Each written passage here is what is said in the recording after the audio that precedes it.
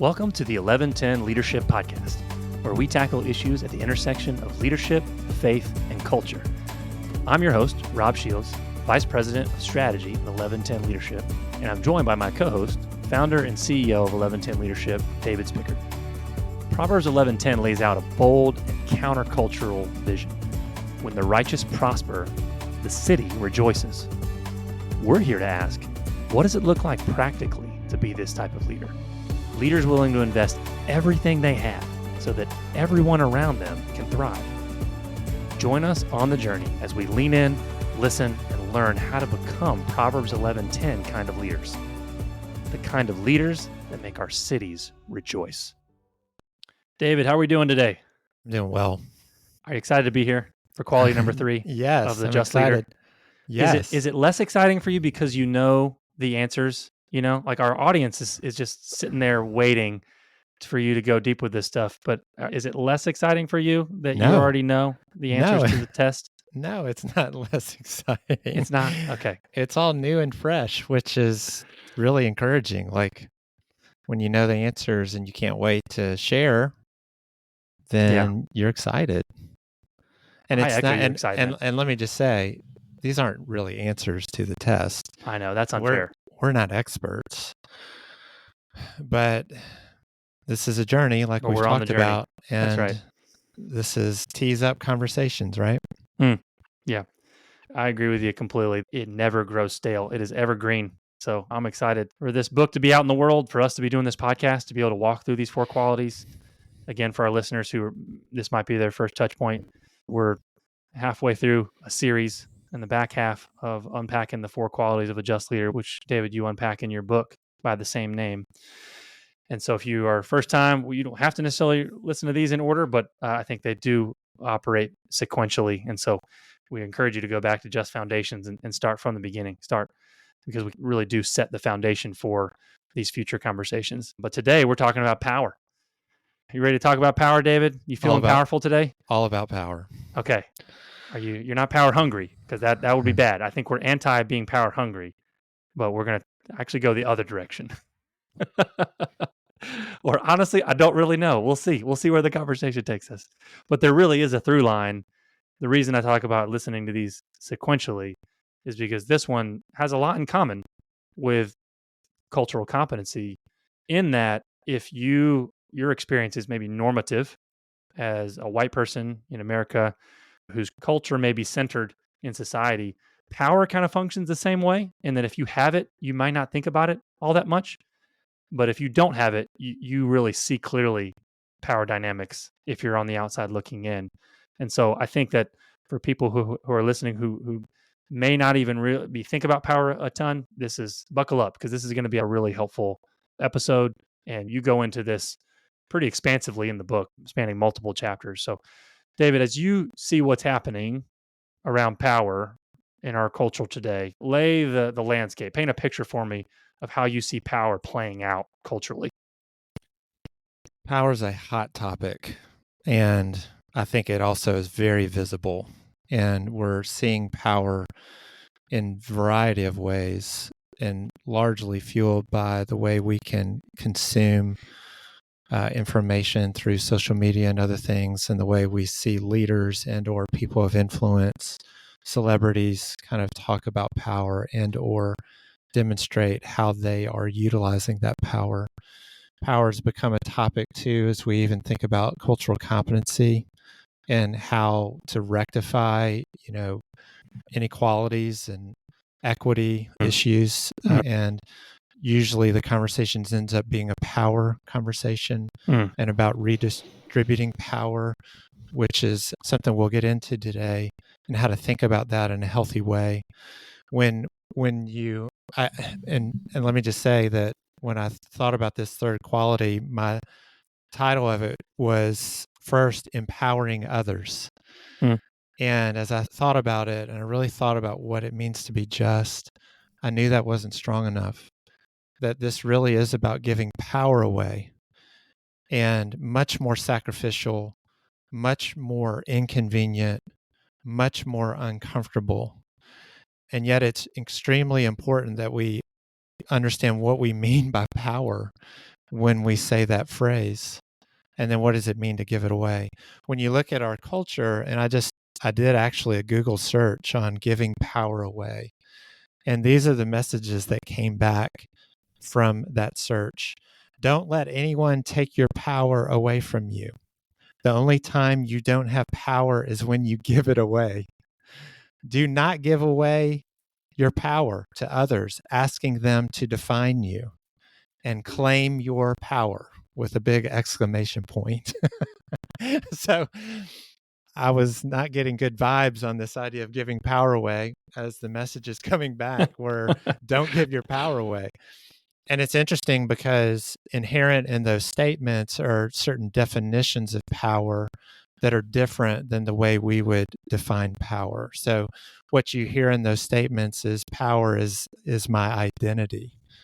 And if you define power in that way, it makes sense for you not to give it away. You don't want to lose your identity. You don't want to lose your value. But power is not necessarily our identity. We get our identity and our value from God. And no matter what measure of power we have, and by the way, all of us have a measure of power, whether we have a little or a lot, but our value doesn't come from power, or our identity doesn't come from power. But you see that in those descriptions. And, many of us interact with people who are really trying to hold on to their identity and their value, and they'll translate it to power. And so in our interpersonal relationships, there can be real tension there because it's all centered on power when it should be on other things that don't create that tension. The second big idea is that power is seen as a dominating power, or a power over people. And that's the way we normally think of power, and that's the way we define it, where you have a certain measure of strength and you wield that strength over other people. And so the idea of giving away that power, that is actually very destructive. If I'm seeing power as dominating over people, and then I give that power to other people, then I, who was an oppressor, is now giving oppressive power to other people just to become oppressors. Repeat the cycle. Yeah. We just repeat the cycle, and nothing has ever changed. So that's what we're seeing in our society. And therefore, we have to make sure that we understand what we mean when we say power. Yeah. Well, as leaders of faith who are on this justice journey, we need to be able to, as we talked about earlier, we need to see the whole playing field. We need to build cultural competency. And it takes you right through the issue of power. There's no getting around it, and knowing, what do I do with the power that I have? And again, just like we did in our previous episode, there are ample examples in Scripture that outline how do we handle power? What is the right way to use it and wield it with the power that we do have in our various spheres? So, David, can you unpack a little bit, like you do in the book, how is God's power different than power as identity and power as domination? Well, God's power has a lot of qualities, and I highlight 3 in the book. First, his power is creative. And it's really fun to think about this part of his power. Of course, we go back to the very beginning of time. God created everything. He created the heavens and the earth, the sea. He created us in his image, all the animals, everything. And so his first exercise of power was to create. So when we create, and we talked about this in earlier episodes, how we are co-creators with God, and one of the purposes of our work is to continue his creation. So when we have the opportunity to create, to make things out of nothing, we are exercising the same power that God exercises, in that it's creative. It's also vulnerable. Andy Crouch, in Playing God, his book, points out that true human flourishing comes when we combine authority and vulnerability, which is a unique combination. a lot of times people, when they think of power, they don't think of vulnerability. But when you look at Jesus and his example, he was incredibly vulnerable. He came to earth as a man and experienced all the same pains and struggles we do. He got tired. He got sick. And in the end, he died. He gave up his life and experienced even separation from God because of all that. Incredible picture of vulnerability. And yet he never once lost his authority as the Son of God. His power was very much at play. Hmm. And so you have this unique combination of authority with vulnerability. And then finally, God's power is uplifting. We know that all of our power and influence comes from God. It's not anything that we've conjured up in and of ourselves. It's a gift. And so it makes sense then that we would follow God by emptying ourselves, just like Jesus did, so that we can lift others up. This is a power that allows us to die to ourselves, disadvantaging ourselves for the advantage of others. It's us decreasing so that others increase, knowing that success is not found in the way the world measures success.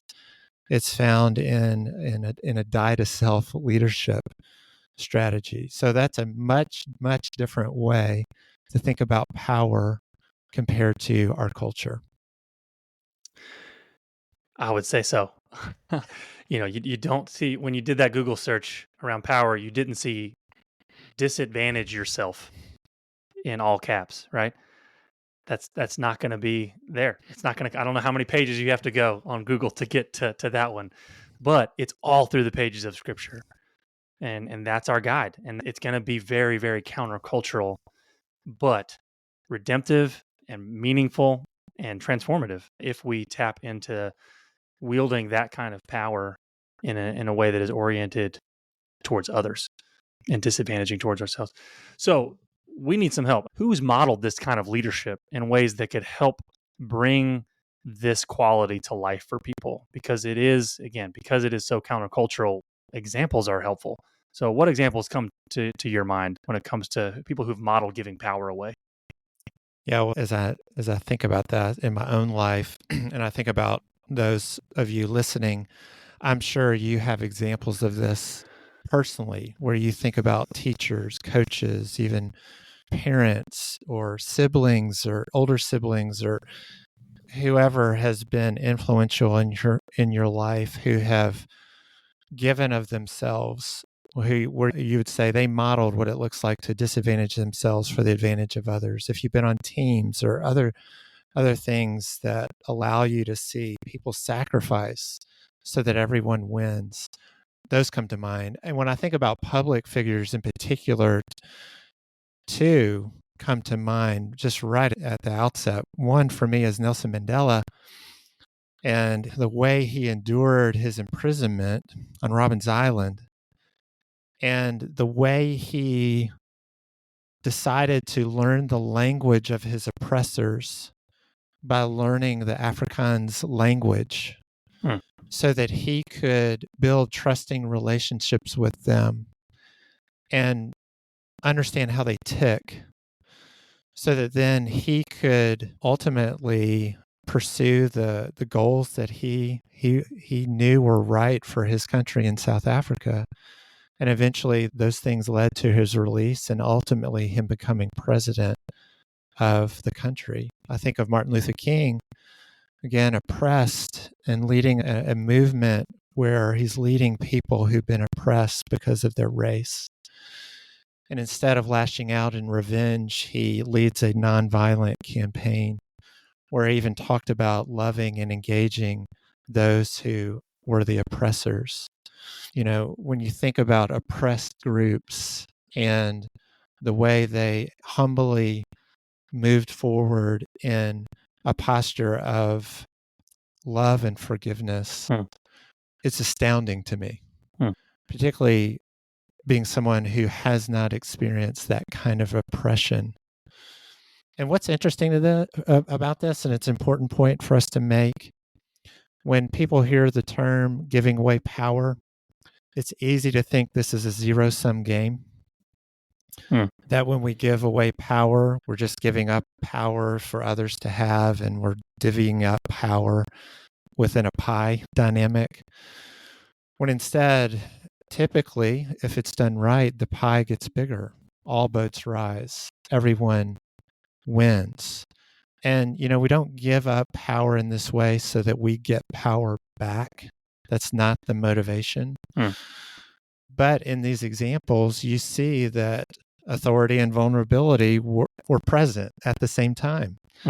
That Nelson Mandela and Martin Luther King, even Jesus, maintained their authority and their influence as a result of a die-to-self leadership and giving up power strategy. Arguably gained it. I mean, you became more powerful in a different type of way because their legacy became more enduring because it was inspiring the way that they disadvantaged themselves. That was the story. Instead of grasping for it or using it to dominate that, someone listening, I'm not going to be a Nelson Mandela or MLK, but oftentimes this work of giving power away probably is not going to make the papers. And that's maybe a good indication that you're doing it the right way is when it goes unnoticed by the masses, but maybe is noticed by a meaningful few in your sphere. No question. And I hope that gives everyone listening a real measure of encouragement that this is something you're doing. You probably don't even know that you're doing it. It's my hope. And again, it's to become who you are, not just what you do. We come back to that phrase over and over again. Yeah. But if this is part of your posture, part of your DNA, and part of your understanding of a broad view of success, then this becomes a part of the way you live out your daily life. Let's talk about the workplace when it comes to giving power away. What advice would you give for leaders in trying to live this quality out in their workplace?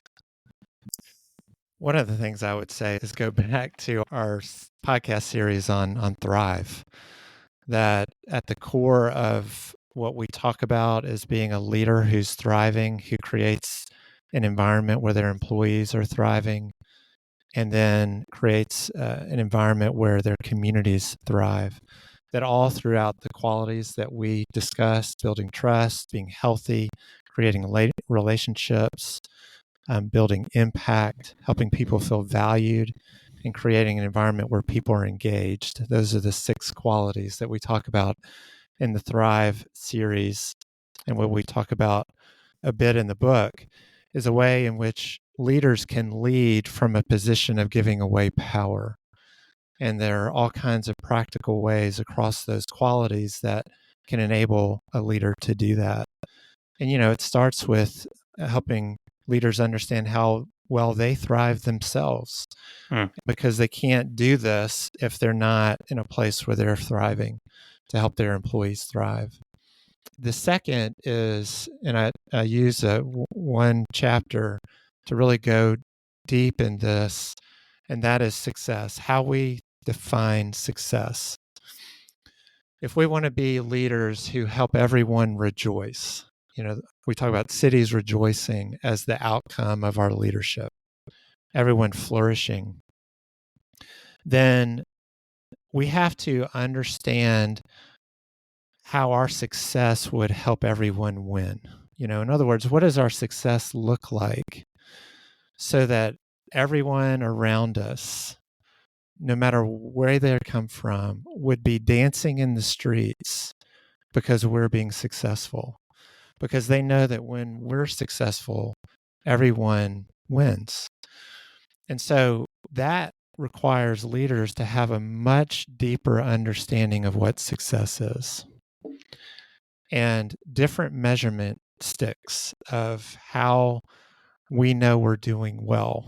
And what this will mean is that we're adding outcomes that other leaders don't even pay attention to, don't even care about.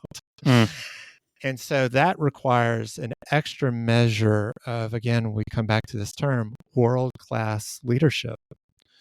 If I'm going to be just, and I'm going to pursue a success so that everyone flourishes, it's not just about me winning, but about everyone winning, then how do I do that and remain competitive in the marketplace?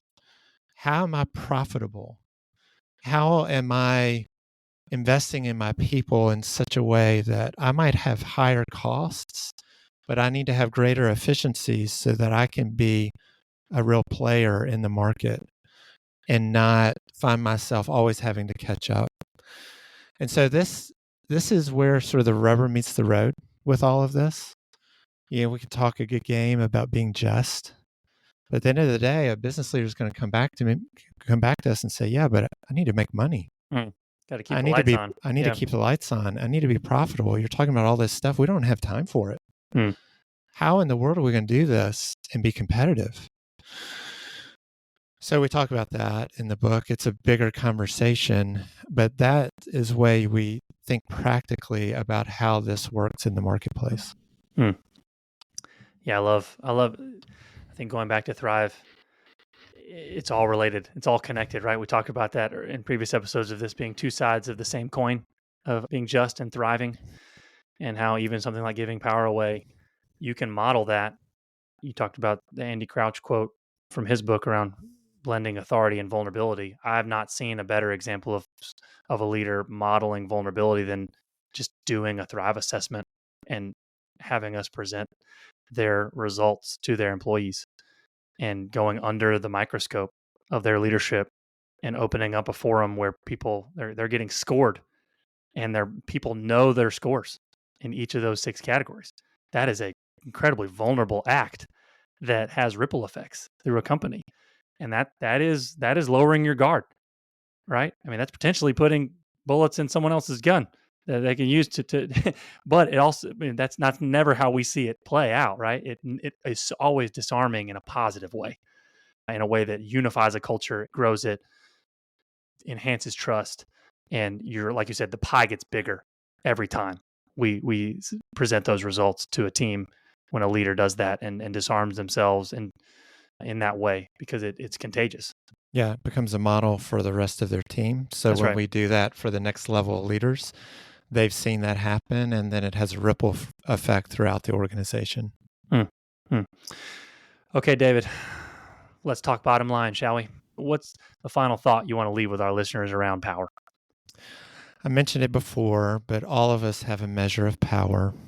Some of us listening to this episode will think to themselves, that's great for other people, or that's great for my leader, or that's great for, others who are older than me.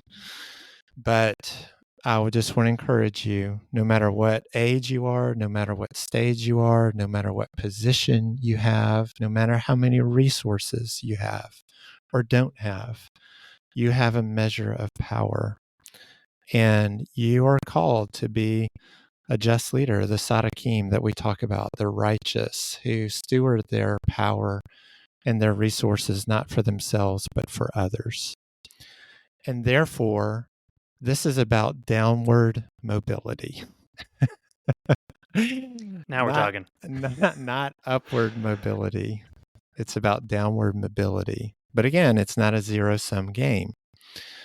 If we look at Jesus again in Philippians 2, it said Jesus did not count equality with God something to be grasped, but he emptied himself by taking the form of a servant, and he humbled himself by becoming obedient to death, even death on a cross. What an incredible picture of giving power away. And through Jesus's model, being very God, the true God, who emptied himself completely for our behalf, we are now people who have the opportunity to not only follow in his footsteps, but he's given us power. It's the power of his Spirit to be manifested throughout our world and our relationships and the things that he's called us to. So we should be incredibly confident in the power that God has given us, but we do so in ways that are creative, uplifting, and vulnerable. Mm. And by doing that, everyone wins, including ourselves. It's you win by losing. And that only makes sense when you have a different definition of what winning is. It's not going to be the same definition that culture has. But it's a whole different way of viewing what true success is in your work, in your vocation, in your life. Yeah. And that is, in looking to Christ, is going to be where that power comes from to give it away. That's right. Only in following his lead and seeing, because that verse, it didn't end there. It didn't end with he died on the cross, but then God seated him at the right hand, right? He really stepped into all of what his purpose was on earth and why that legacy has changed the world, who, Mandela points to. MLK was a shade of, right? Imperfectly, both instances. Every example in human form is going to be imperfect, but it points to a leadership style that's where we get the power to disadvantage ourselves when we look at how Jesus did it for us, and that we ultimately have already won. That's right. He's already claimed victory. Yeah. The scoreboard is set. You're watching the game knowing that your team has already won, and you can watch with your blood pressure lowered. Yeah, we win, and he's given us the rules of the game that are according to his kingdom and how he set things up to work rather than the world's kingdom. And we constantly just have to remind ourselves, because we're so inundated by the world's principles, we have to constantly remind ourselves about the rules that he's given us so that everyone can flourish. That's great. Well, I can't wait to land this plane, David. Fourth quality is next. Bold and courageous action. We are not going to tie any neat bows on this series, but we're just going to ask more questions. And I hope our listeners stay tuned and stay on the ride with us. Stay on the journey. Awesome. See you next time. Thanks, Rob. To learn more about 1110 Leadership, visit our website at 1110leadership.com. That's the numerals 11, then spelled out TEN leadership.com. That's 11 TEN leadership.com. There you'll find more resources to equip you on the journey of becoming an 1110 leader. You can also get connected to our growing leadership network. If you've enjoyed this episode, share it with a friend.